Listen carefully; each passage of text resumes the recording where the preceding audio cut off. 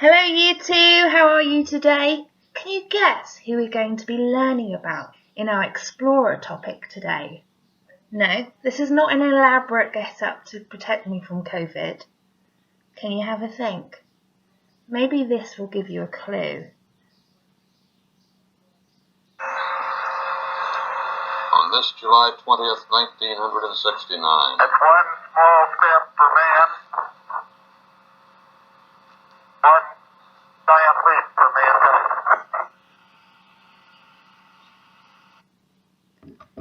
Yes, they were the words of who we're going to be exploring today. He was a great explorer and he was the first man on the moon. So today in our Explorer topics, we are going to be looking at Neil Armstrong. So today I'm going to ask you to make sure you have your book ready, you have a pencil, and you remember to hit the pause button when you need information. So we're going to be exploring about Neil Armstrong today, and we're going to be thinking about how we explore a person that we're interested in. So let's hit those slides and let's get on with the lesson. Remember, today's date is Wednesday, the 20th of May, 2020, and this is our Explorer topic. So year 2, it is Wednesday, the 20th of May, 2020, and our learning intention today is to find out why Neil Armstrong is important and know that different sources are important. So our success criteria, or what I want you to do when we've finished here, is you can either, if you're not feeling very confident, draw a poster showing or representing the facts about Neil Armstrong. Now, if you fancy challenging yourself, you can do a poster as well if you like. You can write and recall facts on Neil Armstrong and state the sources where you got that information. So you may want to pause the video and use Mrs. Lang's sources, or if you feel like looking up a few more sources and a few more facts, you can write those down too. Now, if you're feeling very confident and you think you know all about Neil Armstrong, you can actually draw a little bit of a poster, show me the facts, and then you can explore your own explorer. So I would like you to write a fact file about a different explorer. Remember, you need to state your sources.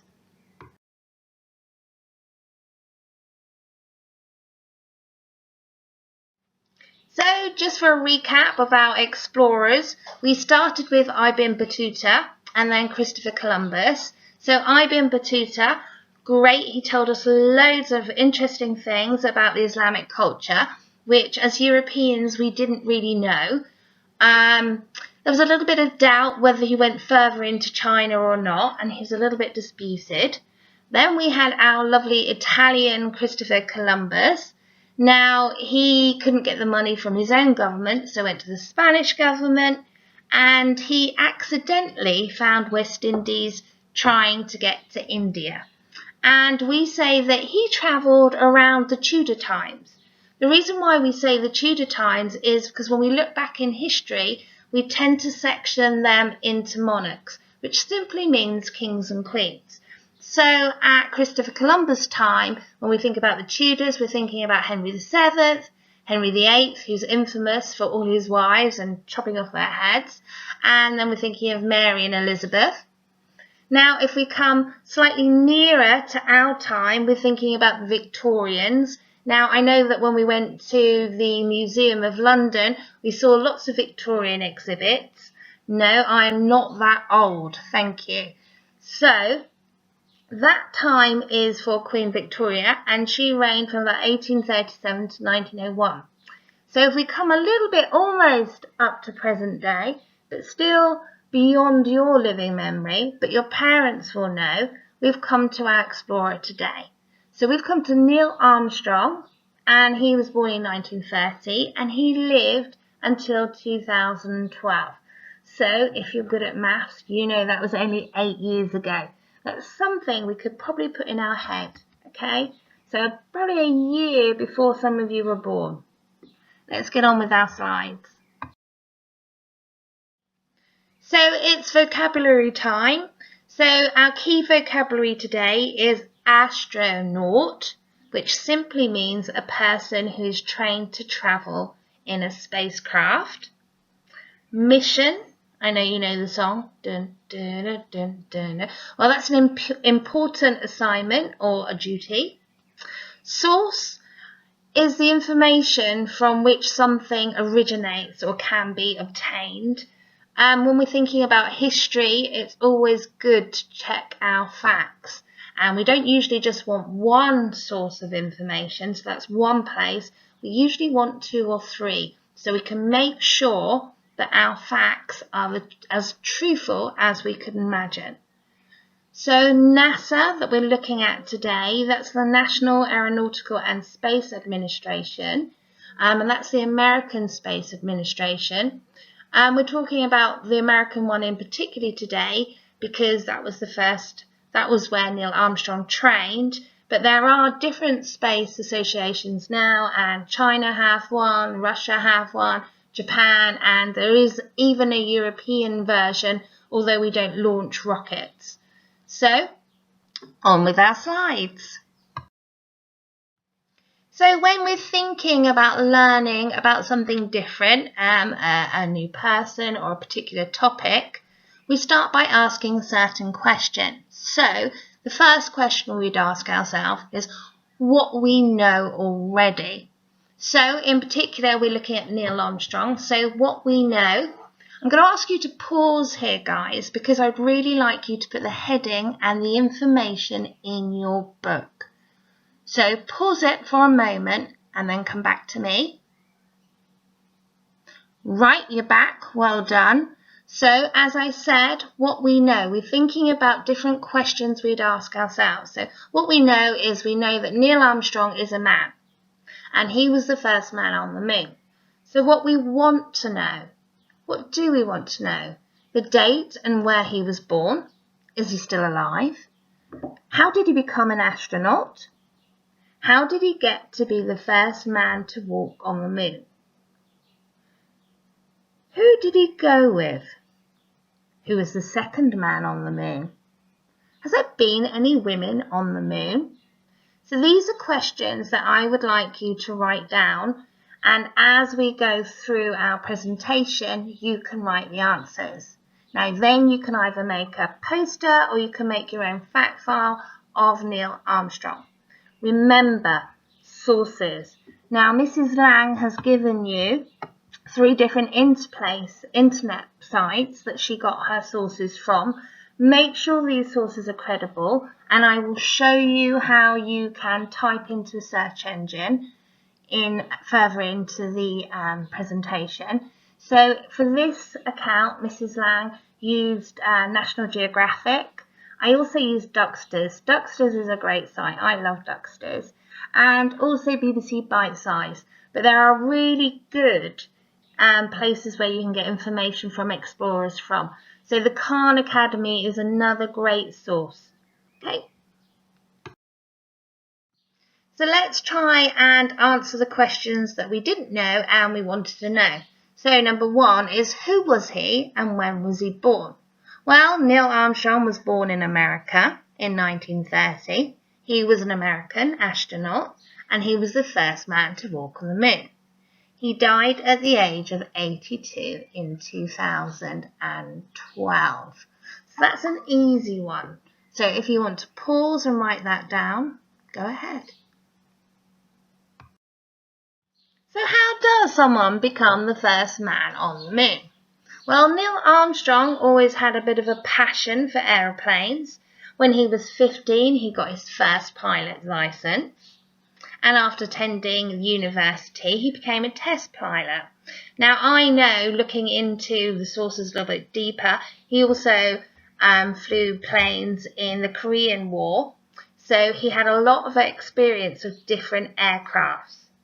He was accredited and accepted to be a part of the NASA Astronaut Corps. Remember, that's the space project in America in September 1962. And he took his first trip in a rocket called Gemini 8. This wasn't the rocket that actually landed on the moon. The rocket that landed on the moon was Gemini 11 that we will see in a little bit in a moment. So how did he become the first man on the moon?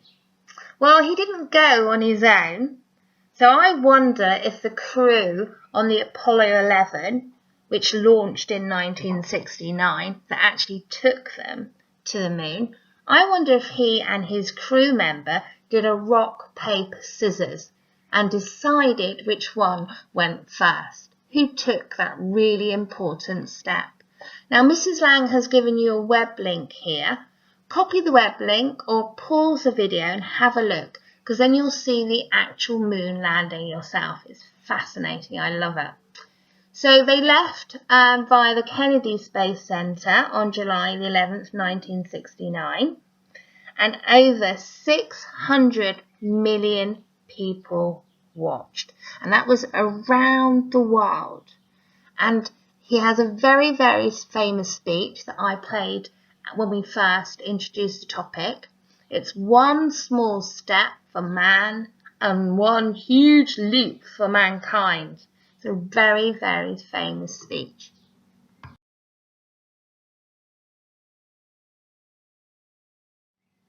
So let's think. Have we answered the questions of the things that we wanted to know? So we know the date and we know where he was lived. Before I carry on, actually, pause the video, copy the information. Have you got everything that you want to know? Is there anything that you would like to find out for yourself? Pause the button, copy down the information. If you're going to make a poster, use the information for the poster. Let's see if we've answered all our own questions. So we know the date and where he was born, and we know if he's alive. We know how he became an astronaut. We also know how he then went on to be the first man to walk on the moon. We don't know if he did rock, paper, scissors, but we do know that he was on board the Apollo 11, and that was the first rocket to the moon. So who did he go with? Well, we haven't answered that question. So I have a picture of the person that he went to, and just as a little bit of a tidbit of facts here, his name was Buzz Aldrin. Now, if you think about him, if you think about Buzz Lightyear, to infinity and beyond, from Toy Story, he was named after Buzz Aldrin. Now, he was the second man on the moon. I wonder how he felt about that. He's actually still alive. Maybe we could write some sort of letters and ask him, maybe. So, what about women? Have any women been to the moon? Well, unfortunately, the moon is not really a project at the moment that they invest in, although there has been talks about it. However, the first woman in space was Valentina Tereshkova, and she went into space in 1963. She was part of the Russian project.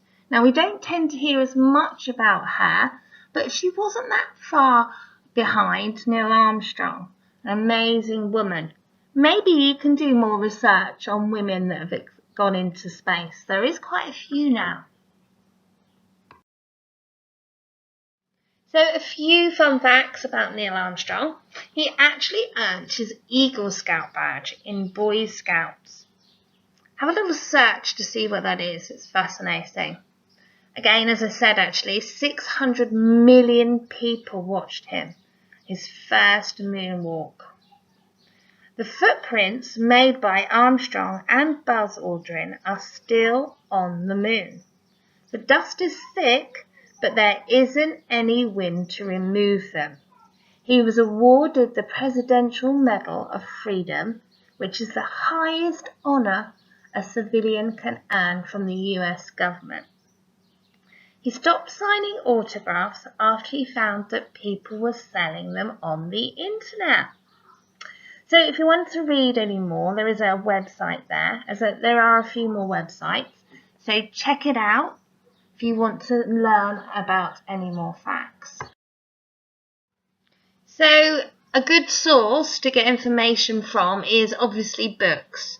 Unfortunately, the libraries are closed now. You can get books from Amazon or other good bookshops online. However, if you want to do quick searches, if you go to Google, make sure you're safe online. You can go into Google. Mrs. Lang's just done a search for you and shown you a search. What I tend to do is put who I'm looking for and then put 4 kids, so that the information that it does show me is information I can read. So for example, I've put Neil Armstrong 4 kids, and that's given me a list of all different internet sites that I can access and learn lots of information. So you may not know what explorer you want to explore. So you might just put the first woman on the moon, or first woman in space, or the first woman or the first man to do something else. It's up to you. But always do it for children or for kids so that you get information that's back. But also look at the websites on our first pages, because they're great websites to have a look for information and they're safe. Remember to be safe on the internet. Just have a look at who you're exploring. Do not ever talk to anyone on the internet. And usually it's better to do these things with your parents' permission or your parent alongside you. So in your knowledge organisers, there are 2 explorers that we didn't get round to. One was Robert Scott, who is really famous. He went on a journey to Antarctica, but unfortunately, when he got there, people had actually beaten him to it. It was the Norwegians, in fact. He wanted to be the first man there, but he just got pipped at the post. Unfortunately, he did die, and his team died on his return. But like our wonderful Mr. Pepys that we had a look at, Samuel Pepys, in our Great Fire of London series, he left a diary, and you can read all about his adventures there. Now, a more modern explorer is a lady called Anne Bancroft. Now, she also went to the Antarctica, and she was the first woman to do so. And she did it, she skied there. So there are some really great explorers out there. Check them out. Write your fact file about somebody you choose. So it's now your turn, year 2. I want you, as I said, draw a poster and write down the facts of Neil Armstrong. Or perhaps you want to write a poster about another explorer. Make your own fact file using these questions. What we know, what we want to know, and then after that I want you to state the source. Remember, sources are really important. It helps us to A, thank the people that we've got the information from, and B, to check out if it's true. It's always good to use at least 3 sources. So have an amazing half term. Make sure that you're all well and you're all safe. Enjoy the sunshine. Put some nice sun cream on so you don't get burnt. Make sure you're 2 meters apart. And hopefully see you soon. Take care, you two.